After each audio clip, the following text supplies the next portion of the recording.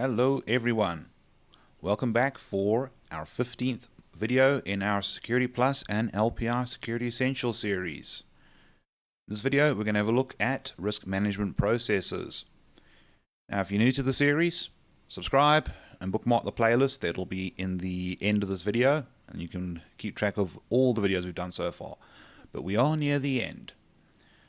Without further ado, let's get into the first section for risk management, which is looking at some of the concepts and processes that we'll go through to measure, manage, and deal with risk in our organizations.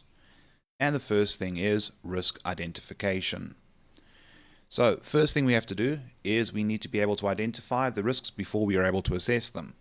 Now, if you go back to Module 2 of the series, where we dealt with threats, we are able to use a lot of those threats as a starting point for identifying the risk when we apply them to our systems. That's one of the key differences. A threat is a threat that can affect you, but it becomes a risk when it's something that you actually are using that can affect you. Now, risk identification and risk management in general is an ongoing and cyclical process. You are never done with it.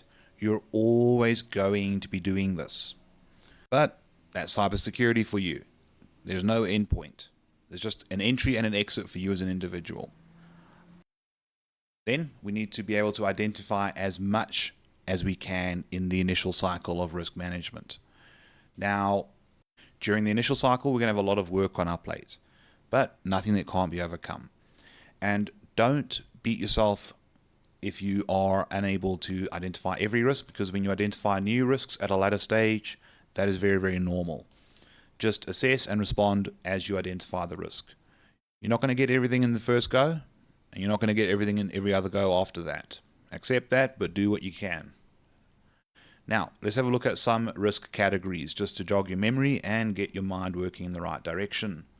We've got malware, obviously. Always a threat, especially if you are using Windows. You've got social engineering, which is always a threat for as long as you've got people at a workplace, which you probably do. You've got insider threats, seeing as we're picking on the staff members. You've always got the possibility of somebody acting maliciously within the organization. You have got the risk of equipment failure, causing an unexpected and undesired outage of a service. You have software vulnerabilities, and the list goes on and on and on. Now, during your identification of risks, start making notes on how that risk may impact the organization. You don't have to go quite far with it. You just need to make a note of, oh, this would affect this thing or that thing or that thing. But at a later point, we will start actually trying to measure those impacts a bit more precisely. So let's move into that assessment stage, where we're now going to start looking at those risks that we've identified and figuring out how they apply to us. This is going to entail risk analysis, fully understanding the risk that we have, but we have to identify that risk first before we can evaluate its potential impact fully. We also want to make sure that we define all the details. As I said, you want to basically make sure you fully understand what could happen, how it would take place, what the consequences will be. You get the idea. Now, one of the things you must do while you're performing risk analysis is apply context. Context matters. Every organization is going to have different priorities, different impacts. No two organizations are alike. Even if they are within the same sector, even if they're in the same city, no two organizations operate exactly the same. This means that we need to look at, how does this risk affect us as an organization? Always. Because what matters a lot for me might not matter a lot for you as an organization.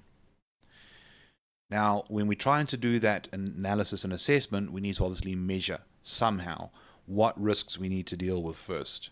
How concerned should we be? We need to prioritize, basically.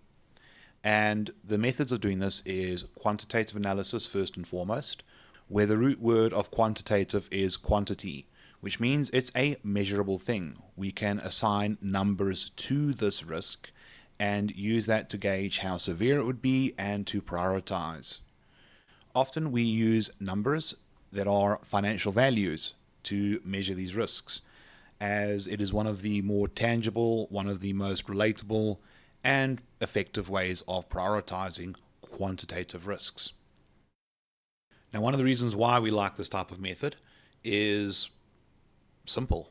We can assign values to the IT assets we're using, and we can also measure how that value gets affected by the attack. It's not a perfect science, but it does result in something that everybody, every stakeholder can appreciate. But one thing that you do have to do is when you're starting to use the formulas that you can use for quantitative analysis, you have to be very consistent with the values that you use in your calculation. You don't want to start measuring, for example, let's say the value of the customer record in the customer database compared to the amount of revenue generated over time by a particular server running a service. You want to try and keep the method of measuring an asset or the impact as consistent as possible so that the resulting value at the end of quantitative analysis is comparable to the next one, so that you can decide what is your top priority and what is not. But for the things that we can't measure, we've got qualitative analysis. Now, this is for the unmeasurable risk. The root word of qualitative is quality, where we have to decide as people how significant or insignificant a particular risk might be to us. The biggest challenge you will deal with when it comes to qualitative analysis is that it is a very subjective form of analysis. You are basically making judgments as an individual. What does help, though, is when you make it as a group. Getting a bunch of people involved, hopefully some stakeholders, and having a facilitator to lead the discussion, and that will help to minimize on individual biases. And it's not just a case of individual biases. I might overlook something that matters a lot to a business person because I'm not a very business orientated person. I'm a very technical person, and you might be too. So working as a group does help to make it a bit more general and a bit more realistic in terms of the resulting analysis that comes out of quantitative analysis methods. And this forms part of our risk assessment cycle. We're going to use this analysis to assess the risk in context and be able to advise the organization's leadership on the right response and strategy to manage this risk effectively. Now, before we get too carried away, let's make sure we fully understand things like quantitative analysis. So there's various methods and formulas that exist for quantitative analysis. And generally, a service management or a security management framework is going to be very helpful, as they often bring you formulas and methodologies to actually perform quantitative analysis. And it's not just your service management frameworks. Like I said, your security frameworks do this too. But if you're preparing for things like the LPI Security Essentials exam or the CompTIA Security Plus exam, there's a generic formula that you want to know. So let's quickly pop that formula up, which is ALE is equal to SLE multiplied by ARO. And to get the value for SLE, it's equal to asset value, or AV, multiplied by EF. Whoa! That's a crazy amount of stuff. So let's quickly define all of those acronyms and abbreviations and then talk about how it works. So annual loss expectancy is how much could an organization expect to lose financially from a risk becoming a reality, from a threat being realized. The reason why we like to do it on an annualized basis is many organizations do their financial budget on an annual basis as well. And this helps align it with the decision-making processes of how much should we spend on our cybersecurity? How much are we prepared to invest into protecting ourselves? Now, to get to this, we've got the single loss expectancy. The single loss expectancy is what would one incident cost us. And obviously the second formula is how we get to that value. Multiply it by the annual rate of occurrence. How often in a year does this happen? So obviously if it happens once a year, the number is 1. If it happens 8 times a year, the number is 8. But what if it happens less than once a year? What if this type of incident occurs once every, let's say, 3 years on average? Well, multiply by 1 divided by 3, or 0.333 recurring. Now, what I normally like to advise is when you are dealing with a risk that has a less than once per year annual rate of occurrence, I always like to indicate and make a special note that this particular annual loss expectancy is spread out over the period of time, so the ALE value might be quite low. So let's say we have a single loss expectancy of $1 million, but it happens once every 3 years. Basically, we're going to be talking about an annual loss expectancy of 333,333.33 cents per annum. And that might affect how people look at that. They think, oh, that's not so high. It's not $1 million. But when it does actually happen after 3 years, it's going to hit the organization for $1 million. So we need to consider indicating on our analysis and reporting that this is something that happens once every so often, so the actual cost is going to look way higher when the incident does occur. So with the single loss expectancy, that is equal to the asset value, and there you get a lot of say in how you measure the value of a digital asset. But as I said earlier, please try and keep that method consistent. So if you're looking at the revenue generated by a service that is continually running, that's the value you use, at least for this particular analysis cycle. You can always use a different value another time. You could always use, for instance, the value of a customer data record. But once you have settled on a particular method, stick with that for that cycle. Maybe do another cycle with a different measurement method if you want. And once you have your asset value determined, you multiply that by the exposure factor. And again, you get some choice in how you decide to measure exposure factor. One method could be the number of vulnerabilities detected on a system during a vulnerability management cycle.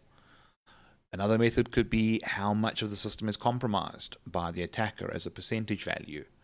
Another value could be how long the system is unavailable for during recovery and remediation. All of those values are completely viable and acceptable.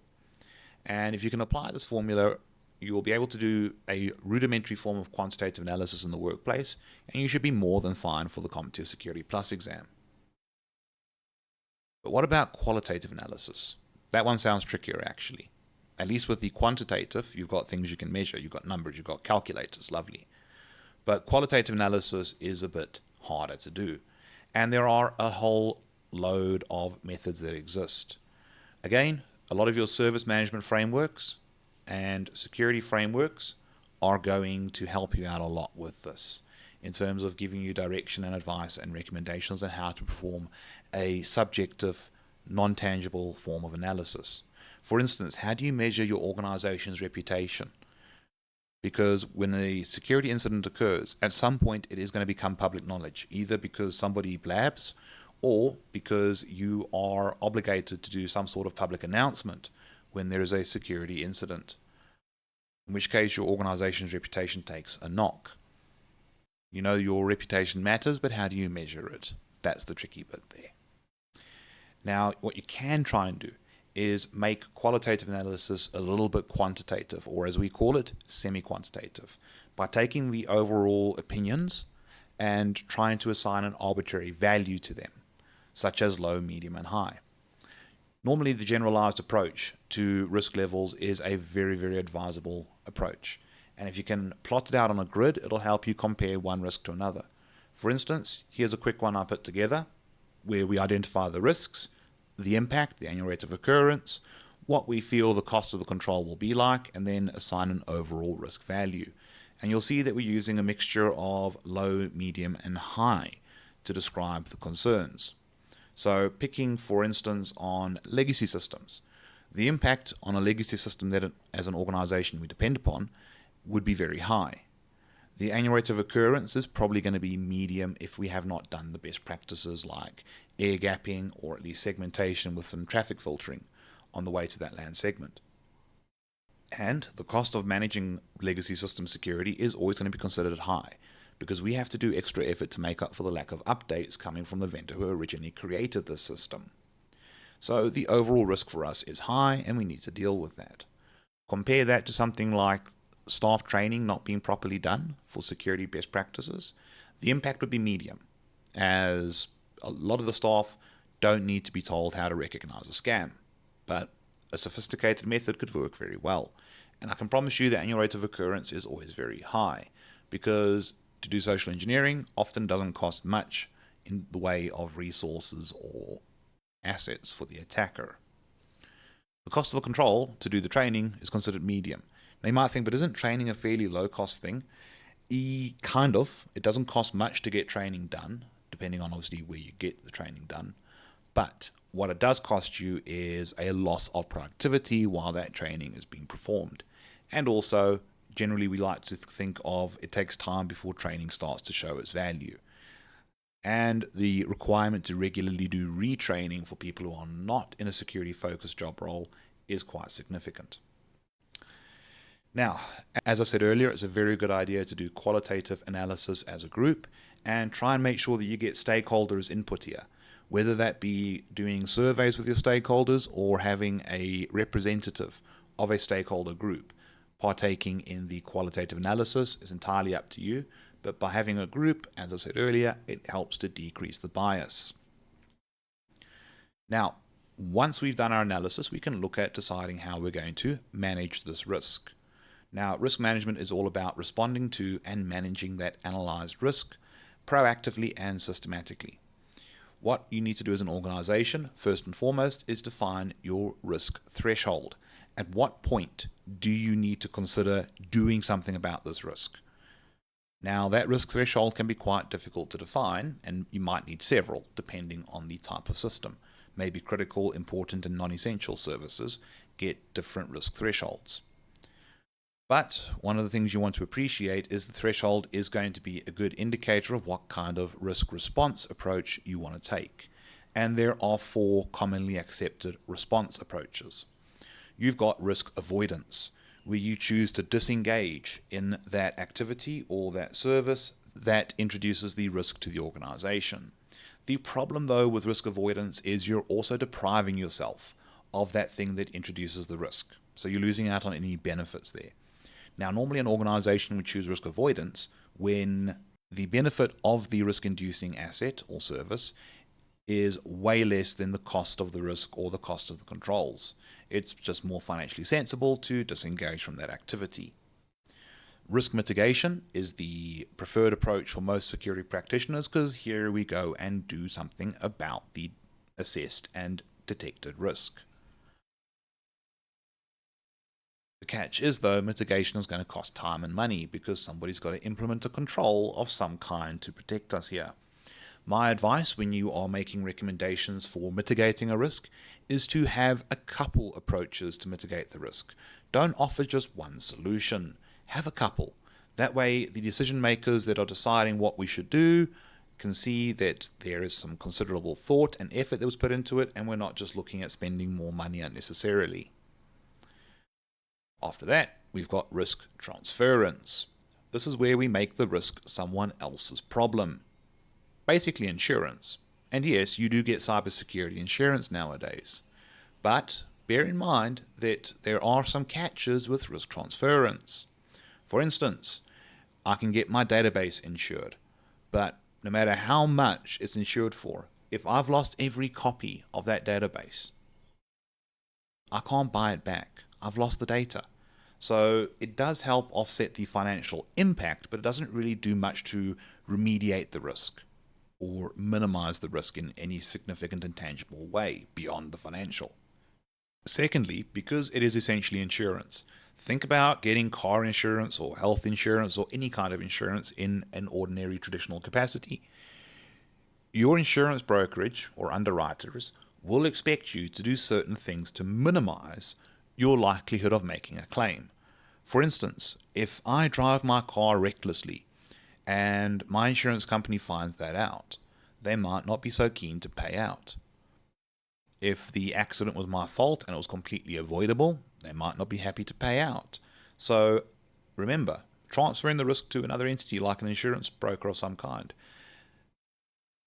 they don't want to pay out. So you need to make sure you see what your due diligences are, what your requirements are, and what they expect of you to get your full coverage. And make sure that you can get that information in an auditable format so that they can have less arguments for when it comes time to paying out. Then we get to the least popular management strategy, which is risk acceptance, where the organization decides to live with the risk. Now, as somebody who would go through this whole process of identifying, analyzing, assessing, and measuring, and producing a report on all of this stuff, getting told by your decision makers at the workplace that they're going to accept the risk is quite an unpleasant experience. But please be aware that accepting a risk is not the same as ignoring a risk. There's a difference here. When the leadership decides to accept a risk, it means that they are happy with the possibility of this risk becoming a reality and the consequences of it needing to be accepted. I would highly suggest that when you document this in a risk register, which we'll discuss in a little bit, that you make a note of some kind, a special indicator, that this particular risk has been accepted, so that when the pawpaw hits the fan and the leadership says, "Why did you let this happen?" you can say, "Look, we assessed it and you decided it was okay at the time."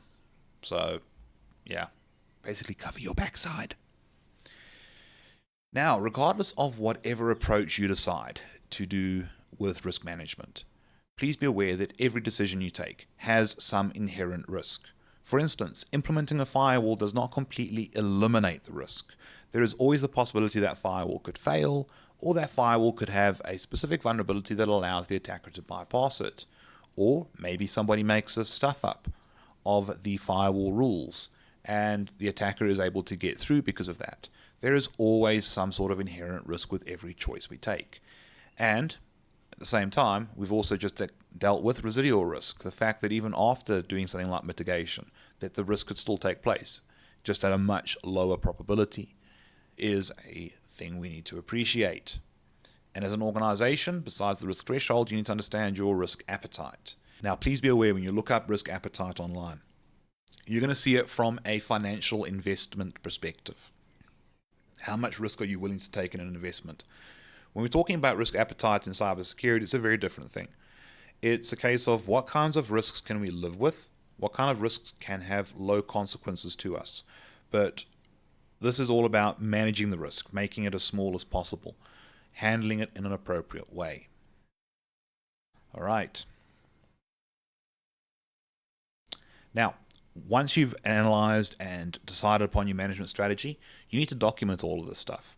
Like I said in the previous video, documentation is a thing in cybersecurity, and it's necessary. It's not fun, it's not glamorous, but it really is important. So we like to track risks in a risk register. Some people call it a risk catalog. It's the same thing. It's basically us just documenting and recording the risks we've identified, what their resulting analysis looks like, and what management strategies were chosen. But let's run through the contents of the risk register properly. What should you make sure is definitely in there? So a description of the risk to give the reader at a later date an understanding of what's the risk involving. The measured severity of the risk would be very useful, and the potential impact. That'll be very helpful to refer back to if that risk ever does happen, so that you can work out whether your measurement of impact is realistic and effective or not. Then look at your identified responses. What responses were identified and recommended? And then what was the chosen response? Cool. That makes sense. But something that a lot of people don't put into their risk register or their risk catalog is a scheduled date or frequency for reviewing the risk. Even if we mitigate the risk, we want to review it again in the future to see if it's maybe evolved and grown while we've been busy with other stuff. And I'd say this is doubly important for risks that you choose to transfer or accept, because the risk could grow more significant while you think it's all fine and dandy. Now, what's also quite helpful is that we can link up our risk management and risk register to change management. Now, if you hop back to module 14, where we did security governance, the risk register can make it a lot easier during change control to make a decision about what kind of risks does this change introduce, or what kind of risks from a security standpoint does this change potentially help remediate. This will help a lot in terms of making good choices around changes that you do in your IT systems. Now, we also can use the risk register to help us develop alerting criteria for monitoring and alerting security personnel to the occurrences of an attack that aligns with this risk. Why? Because we've broken down a particular threat that could affect us, and we could use that information from the analysis to work out if these particular conditions are true in our environment. We should be alerted by a SIEM solution, for instance, to the particular event occurring. It would be very, very useful to do. But all of this requires you to understand business impact analysis. Now, business impact analysis is where we try to determine how can an organization be affected by an attack. Ideally, when it comes to determining what is your most critical and least critical thing, you want to have an analyst, preferably an external one so they can be a little bit unbiased, come in and tell you that if this goes down, your organization is going to suffer, whereas this thing, it's not so bad. So that you can have a good set of requirements to measure your priority and severity when measuring that risk. Now, a lot of the time, business impact analysis is going to work on the principle of a disaster or an attack occurring. And they're going to use a couple key terms that I want to try and explain to you in a visual format. So first, let's have the time. Got a little timeline here, progressing from left to right. We perform backups, which is a good due diligence. Now, when it comes to business impact analysis, we consider that backup to be a recovery point that we can use for our recovery point objectives. How far back do you want to be able to recover your systems? The ideal would be like right before the disaster event occurs or the incident occurs. But realistically, we can't be running backups 24/7. We have to have times where the system's working normally and the backups just have to wait. But let's have the disaster happen. Boom, something goes wrong. Workflow stops now. Now, obviously, this is going to affect the organization's operations, and if it's a private sector, for-profit organization, the income, the revenue, the profit, all that's going to take a knock. But obviously, we respond and try to restore the system. That time between the disaster and us restoring the system, that is our recovery time objective, or our RTO.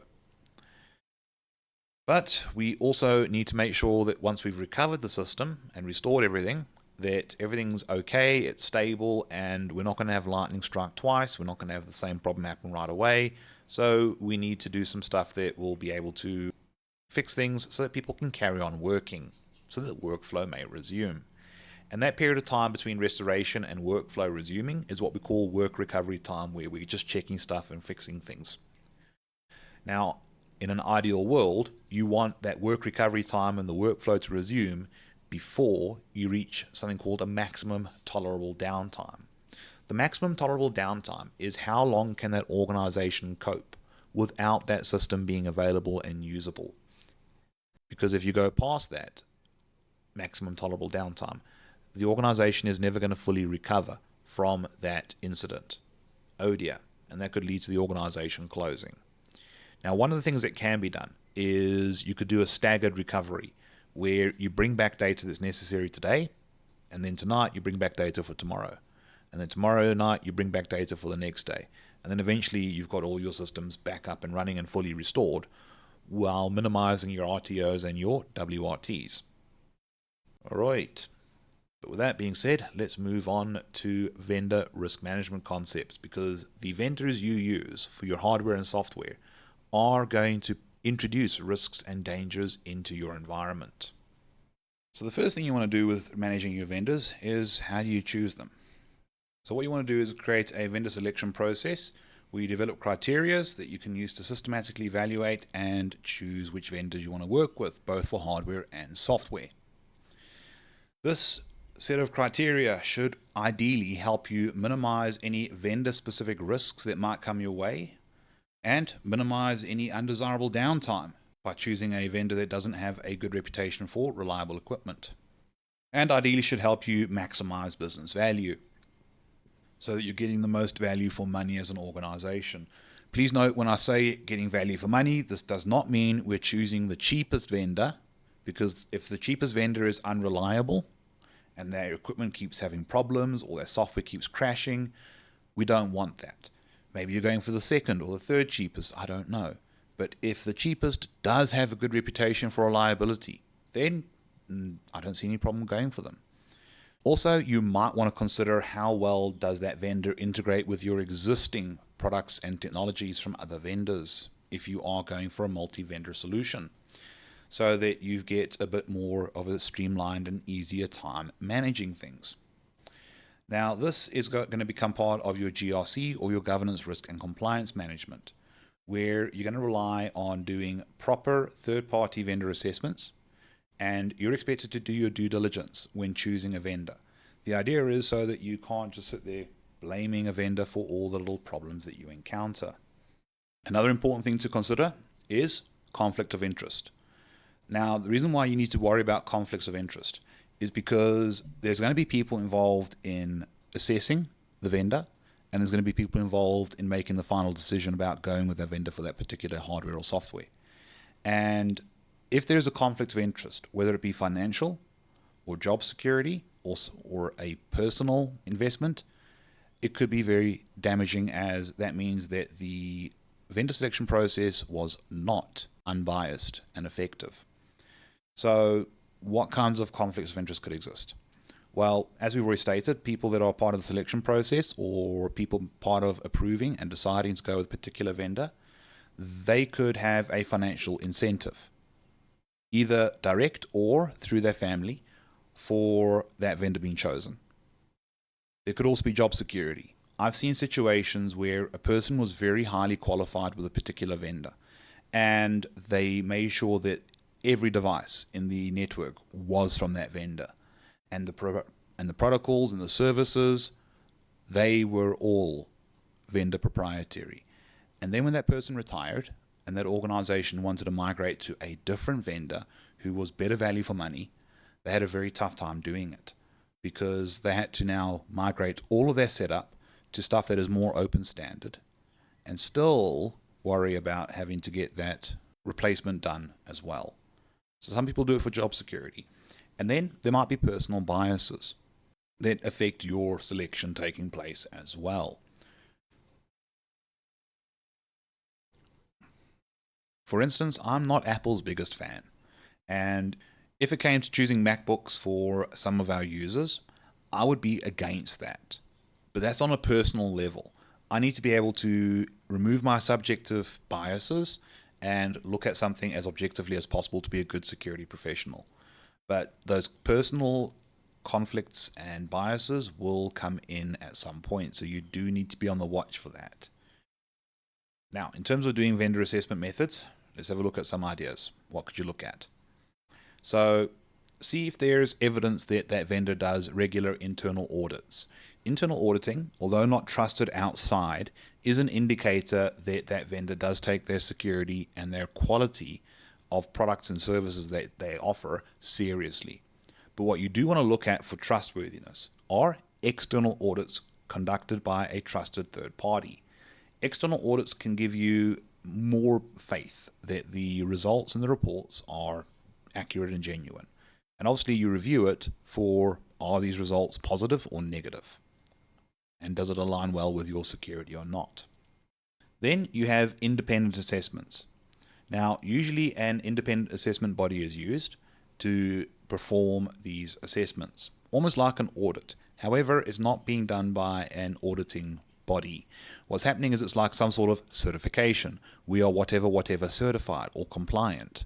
Now, you do want to follow up on those independent assessment bodies, as they may be sponsored by that vendor.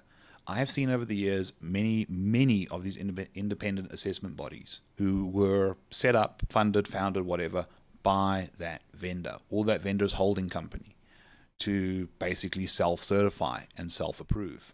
Not a good thing, actually. So if it's an assessment body that you are not familiar with, do some homework on them.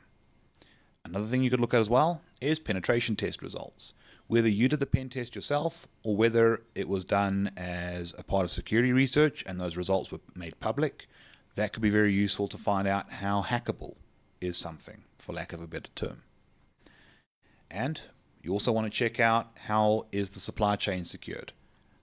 Because at some point, especially with hardware, that thing is made somewhere else in the world and then shipped to you.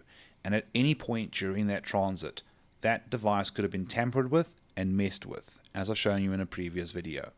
So definitely look into the supply chain.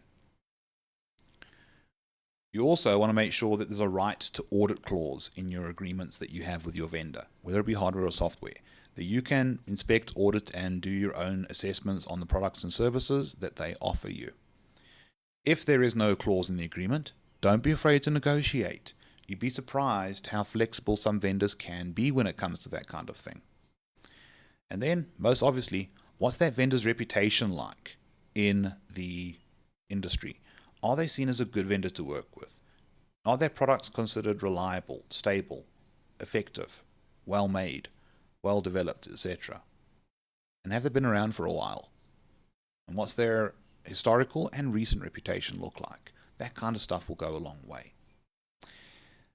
And when it comes to the next stage, we also want to look at any legal agreements that we might have with ourselves and the vendor. And remember, like I said, negotiate wherever you can. Now, there are going to be some initial agreements that you want to consider for some kinds of vendors. Now, not all of these agreements are applicable to every single vendor. Some are more applicable to software vendors, some are more applicable to hardware vendors, and some are more applicable to service providers who are technically a vendor. So, let's climb into them. So, first up is a Memorandum of Understanding. Memorandum of Understanding is a non-binding agreement that's going to outline the intentions, goals, and general terms of cooperation between two business parties. This is a preliminary agreement used to help map the way forward for more formal agreements being performed later on. Another very useful agreement could be a non-disclosure agreement. Non-disclosure agreements are not preventing people from discussing confidential and sensitive information, but they definitely outline the repercussions of what will happen if somebody speaks about something they're not allowed to talk about. I myself have signed many NDAs in my life. Surprisingly, they're becoming very, very popular as part of the recruitment process in IT. The reason being, it allows the organization to ask you a question that is very relevant to the workplace and not risk too much about sharing sensitive information. They are going to share sensitive information with you, but now there's legally agreed upon repercussions for a civil lawsuit to take place. Now, this is more for an organization that we're talking about than an individual, but the same principles apply. After which we have memorandums of agreement. A memorandum of agreement is a formal agreement that's going to define the parties' terms, conditions, responsibilities, etc. This is the more legally binding agreement that covers the objectives, roles, resources, obligations, and so forth. And they're used to establish a framework for trustworthy collaboration. Now, the important thing to appreciate here is this is the Memorandum of Understanding becoming a bit more formalized and will now govern the way forward. The way forward being a business partnership agreement. So with a business partnership agreement, this is where the nitty-gritty details of what the two organizations are going to do with each other in terms of who's providing what, who's using what, is now being properly formalized. It'll also define stuff like financial arrangements, decision-making processes and authorities. It'll also handle any intellectual property rights, confidentiality concerns, dispute resolution mechanisms and processes. You name it, this document is going to clarify all of those questions.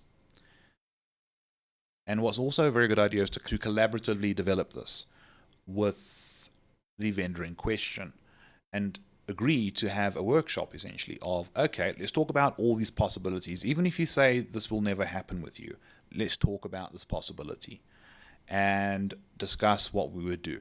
It's better to discuss it and have it clearly laid out than not do it and that thing occurs at some point in the future. Because you might have a very well-intentioned and ethical vendor that you're dealing with right now, but if their senior leadership changes sometime, that niceness is going to disappear possibly. So it's better to discuss these things now, even if it doesn't seem like it's going to happen. It's better to do it then. Followed with a master service agreement. Now, the master service agreement is going to be an overall conditions and specific contracts that outlines how services will be handled. This might be more useful with a service provider like a cloud service provider than a business partnership agreement would be. It is going to include the scope, pricing, deliverables, intellectual property, confidentiality, a lot of the things similar to a business partnership agreement, but it's more geared towards the type of relationship where it's a provider and a consumer of a service than of a product. Now, we are also going to have operational agreements as well, such as a service level agreement. The service level agreement is going to be, again, focused more on services than products, and focuses on things like availability periods, performance, maintenance windows, recovery time objectives, recovery point objectives, stuff like that. Because it's very important to discuss this, as if I promise a, let's say, 4-hour recovery time objective to my customer, and I rely on another vendor for this thing so that I can actually deliver to that customer, and my recovery time objective with that vendor is 6 hours, I've got a problem, because that means I could be 2 hours in to violating my agreement with my customer, and the vendor is not going to face any repercussions or troubles. We need to make sure our service level agreements are carefully planned out and plotted, and also that the promised deliverables like recovery time and recovery point are achievable. There's no point promising a fantastic recovery time objective if it's not doable. We must be realistic, and we must also factor in that things are not always going to go according to plan when it comes to recovery. If things went according to plan, we wouldn't even be talking about having to recover things, let's be honest. But moving along, we also have statements of work agreements or work order agreements. Now this is going to be something that we discuss with the vendor for a specific project, for scope, deliverables, timelines, and responsibilities. And it's going to clarify what we expect out of that vendor and what the agreed upon deliverables are and when. That's what the statement of work agreement is all about. We also might have escalation agreements as well, so that when something does happen, we've got it clearly defined how and when and who to we would escalate a problem to.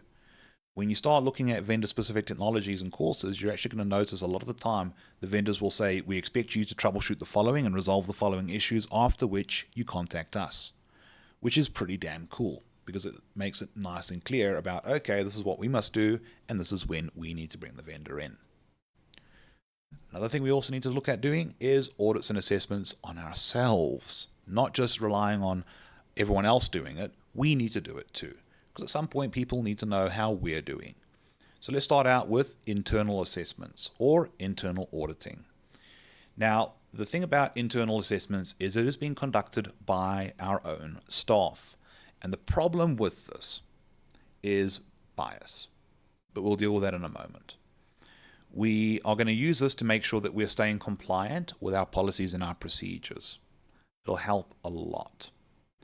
And we can use it to validate the compliance that we might need to have with a regulatory authority.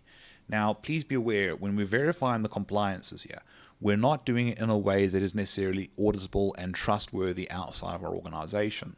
Our goal here is to get this done so that we can identify, we're falling short. Let's fix that before we have the external assessments taking place. But always remember, it's going to be untrusted. It is going to be untrusted externally because there is always the risk that people are covering up mistakes they've made. There is office politics at play. There's a whole bunch of concerns and considerations that is going to affect the trustworthiness and validity of any internal assessment. But thankfully, at the very least, they're very simple to perform. And as I said, they are very useful when we're preparing for external audits to take place. So let's talk about those external assessments.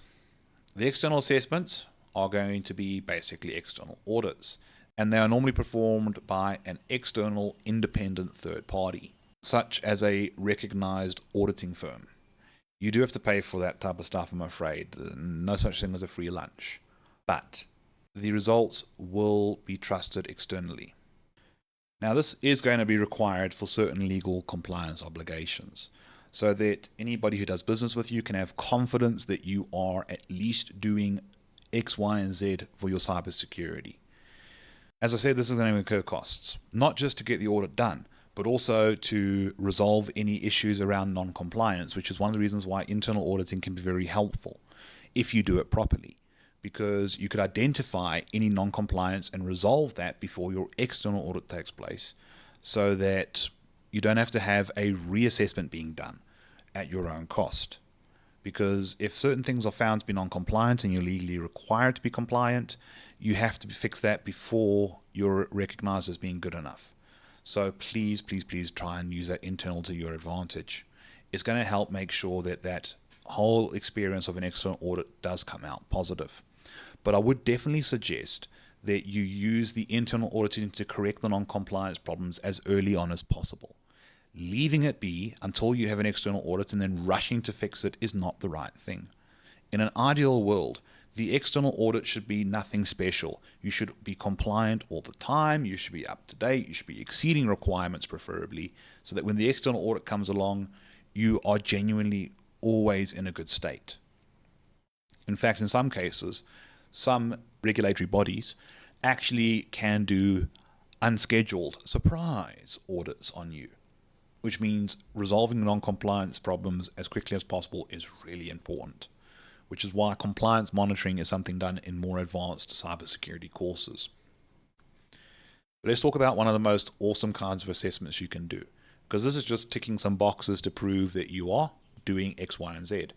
Let's actually go and see how secure you really are with penetration testing. Now, with penetration testing, or ethical hacking as it's more commonly known, we're going to have some people come along who are experienced and skilled in using authorized hacking techniques and tools to discover or even access exploitable vulnerabilities within your systems. Now, whether you're using your own staff members to do this or whether you bring in an external penetration testing firm, that varies. I tend to gravitate towards external pen testers as they are less influenced by office politics and have got more experience doing this on other organizations, so they can bring a lot of interesting things to the table. But besides bringing those things to the table, we've got to talk about some things with the pen testers around the table, like rules of engagement. What systems can they use to attack? What techniques may they use to attack us? What particular utilities they're going to do, what exactly are they going to do in terms of attack. We're basically going to decide how do they attack us, because we don't want a penetration test to lead to a real incident. It's a test at the end of the day. We're also going to give them a scope of work document which says you're going to target the following machines, the following servers, the following systems or services, whatever, and they're not meant to go outside that scope. And proper, really good professional penetration testers will treat that scope of work as gospel truth. If you even phone them up and say, while you're in that system, can you check this other service running on it? And they'll say, no, it's not in the scope of work. Because if they do that and something goes wrong, who's at fault really? You might want to say, oh no, the pen testers are at fault, or no, it's the organization, the customer. It doesn't matter. Let's do this discussion beforehand. Pen testers will also spend a lot of time assessing the scope of work to determine that, yes, this is the lowest risk we could achieve here without causing any undesirable outcomes. And the penetration testers will always work by stopping short of causing harm. So when they're busy attacking you, they're going to do stuff to do proof of concept, but they're not going to actually cause any major incidences to occur or problems to occur if they can avoid it. So for instance, if they need to prove read-write access to a database, they might just go and add a garbage record to the database that proves they were there. If they need to prove remote execution, they will pop the calculator open on a computer that's got a calculator app. They'll basically just do something that's harmless but still proves that the attack is doable. Then, one of the key things that you need to decide upon, are you going to use an internal or an external red team for penetration testing? Using your own staff members is going to make your life a little bit easier in terms of doing this regularly, and also a bit more confidence that stuff will stay internal, as internal staff members are often automatically subject to some sort of non-disclosure agreement in their employment contracts and agreements. But the problem with internal staff is penetration testing and red team activities are a very specialized skill set that demands a very good pay. And a lot of organizations don't like paying that very big wage bill for somebody who's going to be used once in a while just to prove we're not doing a good job with security. So I've seen it too often where penetration testers working internally will get given other responsibilities and tasks when they're not penetration testing, which is justifiable from a point of view because it does make their salary a bit more justified and easier to tolerate. But it does take away from time that penetration tester could be using to improve their skills, research new methods, and practice new techniques. So they're not going to develop and become as good or know the latest trends and techniques and tools and tactics.